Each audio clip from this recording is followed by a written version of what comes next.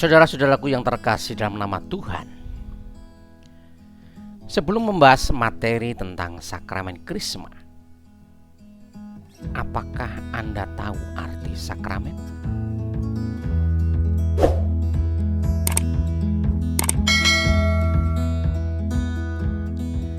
Sakramen adalah tanda yang kelihatan dari misteri Kristus yang tak kelihatan, yang diadakan Kristus untuk mendatangkan rahmat keselamatan bagi kita. Kata sakramen sendiri berasal dari kata mysterion dalam bahasa Yunani, yang kemudian diterjemahkan dalam bahasa Latin dengan dua kata.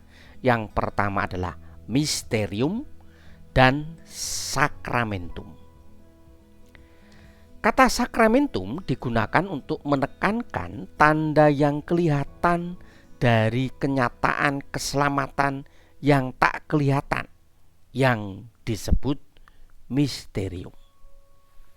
Jadi secara singkat, sakramen adalah tanda dan sarana keselamatan dari Allah. Gereja Katolik memiliki 7 sakramen. Salah satu yang akan kita bahas di sini adalah sakramen Krisma, atau bisa juga disebut dengan nama sakramen penguatan. Sakramen Krisma adalah salah satu dari 3 sakramen inisiasi Kristen, yaitu baptis, ekaristi, dan krisma. Ketiga sakramen ini sama-sama mencurahkan Roh Kudus atas seseorang.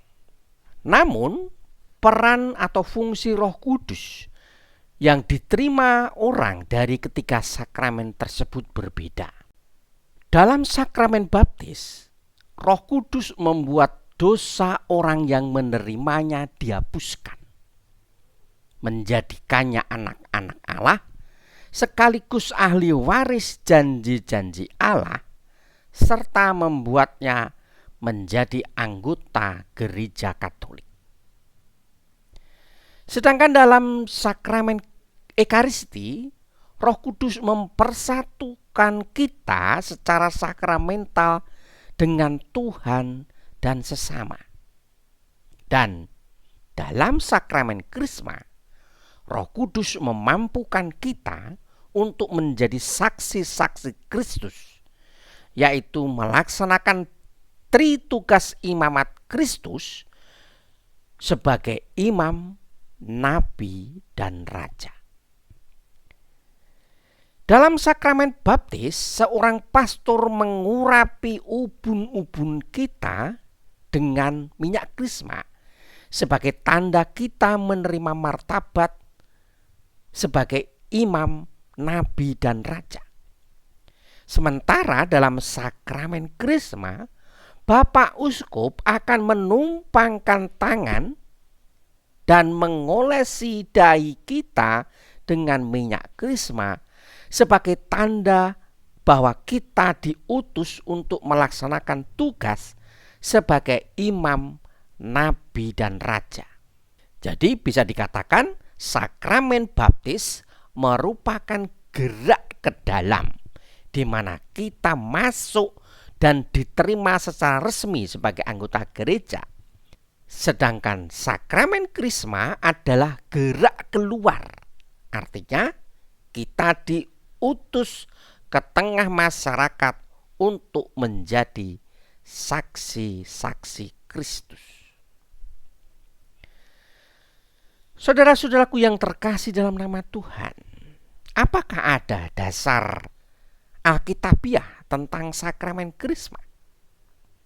Dalam kitab suci, dasar tentang sakramen krisma bisa kita lihat di dalam Kisah Para Rasul bab 8 ayat 16 sampai dengan 17. Sebab Roh Kudus belum turun di atas seorang pun di antara mereka, karena mereka hanya dibaptis dalam nama Tuhan Yesus. Kemudian keduanya menumpangkan tangan di atas mereka, lalu mereka menerima Roh Kudus. Juga bisa dilihat di dalam Kisah Para Rasul bab 19 ayat 5 sampai 6.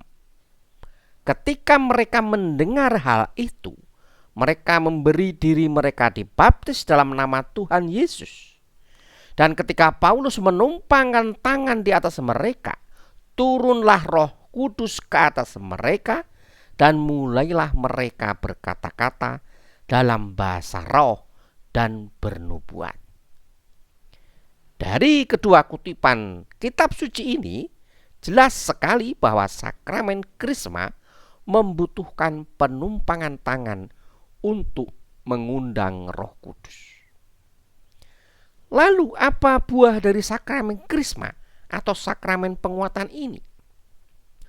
Mengenai buah-buah sakramen Krisma, Katekismus Gereja Katolik nomor 1303 menulis sebagai berikut.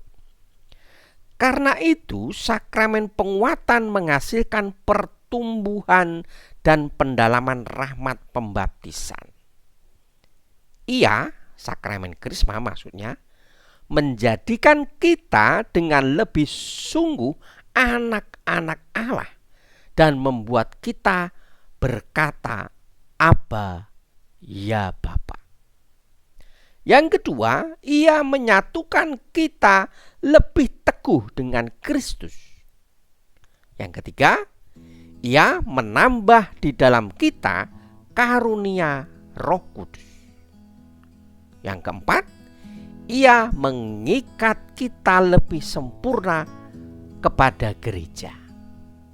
Dan yang kelima, ia menganugerahkan kepada kita kekuatan khusus Roh Kudus, supaya sebagai saksi-saksi Kristus yang andal, kita mampu menyebarluaskan dan membela iman dengan perkataan, dengan perbuatan, mengakui nama Kristus dengan lebih berani, dan supaya kita tidak pernah malu karena salib.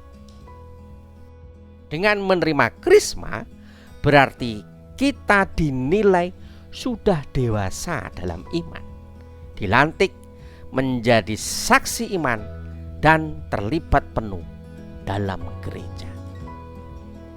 Apakah Anda siap untuk menjadi saksi Kristus di masyarakat dan terlibat dalam hidup menggereja? Semoga Tuhan memberi kita kedamaian.